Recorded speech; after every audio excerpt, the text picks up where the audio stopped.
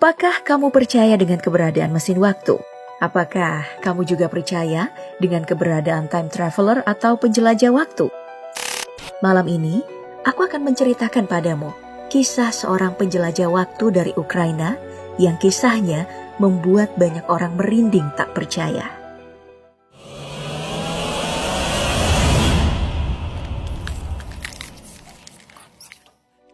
Kisah ini sendiri bermula di suatu siang tanggal 23 April 2006 lalu. Seorang pria berdiri kebingungan di sebuah jalan dan menarik perhatian polisi yang sedang bertugas. Bukan hanya karena menampakkan ekspresi wajah tersesat, namun pria itu juga mengenakan pakaian aneh berupa pakaian era Uni Soviet, seperti pakaian yang digunakan kakek sang polisi dulu. Bedanya, wajah pria ini masih sangat muda. Sang polisi pun mendatangi pria yang juga memegang kamera foto antik itu. Ia meminta pria tersesat itu untuk memperlihatkan kartu identitasnya. Dan seketika itu juga, sang polisi itu terkejut dibuatnya.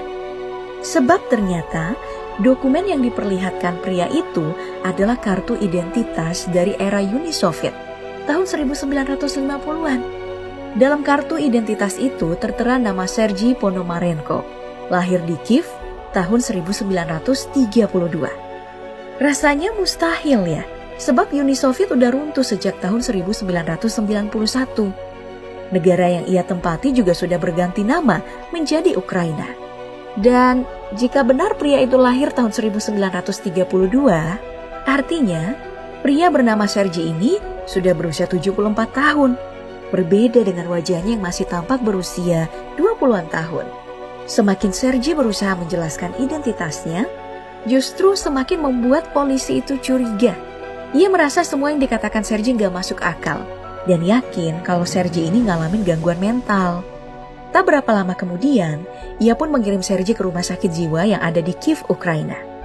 Ahli kejiwaan bernama Profesor Pablo Kutrikov sampai didatangkan untuk melakukan penyelidikan. Akibat ucapan Sergei yang aneh, membuat banyak orang jadi kebingungan. Lebih anehnya lagi, saat Sergei diminta masuk ke ruang kerja Profesor Pablo Kutrikov, ia mengamati seisi ruangan terlebih dahulu. Ia mendapati jarum jam di dinding ruangan itu tiba-tiba berhenti. Saat ia bertanya kepada sang profesor, jam berapa sekarang? Ternyata, jarum jam di arlojinya juga berhenti. Namun sama-sama menunjukkan waktu pukul 12:32. Apakah ini hanya kebetulan belaka? Atau jangan-jangan ini memang berhubungan dengan mesin waktu? Saat ditanya oleh sang profesor, Sergei mengaku bahwa ia benar-benar lahir di kota Kiev pada tahun 1932. Saat itu, ia mengaku berusia 25 tahun dan datang dari tahun 1958. Sang profesor pun meminta Sergei mencoba mengingat kembali. Jika benar ia berasal dari tahun 1950-an, bagaimana ia bisa muncul di tahun 2006? Sergei pun mulai bercerita bahwa saat itu ia sedang ingin menikmati hari libur. Ia berencana keluar rumah untuk melihat pemandangan kota sambil mengambil foto menggunakan kamera yang ia miliki. Namun, belum sampai di pusat kota, ia baru saja beberapa langkah keluar meninggalkan rumahnya. Tiba-tiba, ia melihat sebuah benda terbang melintas di langit dengan bentuk aneh, menyerupai lonceng yang mengambang di langit. Ia pun buru-buru mengarahkan kameranya untuk mengambil gambar benda aneh itu. Dan tiba-tiba ia sudah berada di tempat yang berbeda. Sang profesor pun meminta untuk memeriksa klise foto Sergei untuk membuktikan kalau dia itu gak bohong. Profesor Pablo bahkan sampai mengundang Vadim Posner, seorang pakar fotografi, untuk memeriksa klise film dari kamera Sergei.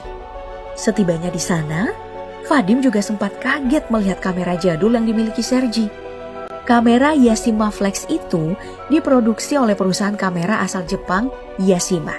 Namun produksinya sudah dihentikan pada tahun 1970-an. Vadim juga memiliki kamera seperti itu di rumahnya. Namun hanya dijadikan sebagai pajangan barang antik karena sudah tua. Sedangkan yang dimiliki Sergei itu masih tampak baru dan mengkilap. Butuh waktu untuk Vadim mencari tempat agar bisa mencuci cetak film dari kamera jadul itu. Dan benar, setelah foto dicetak, ternyata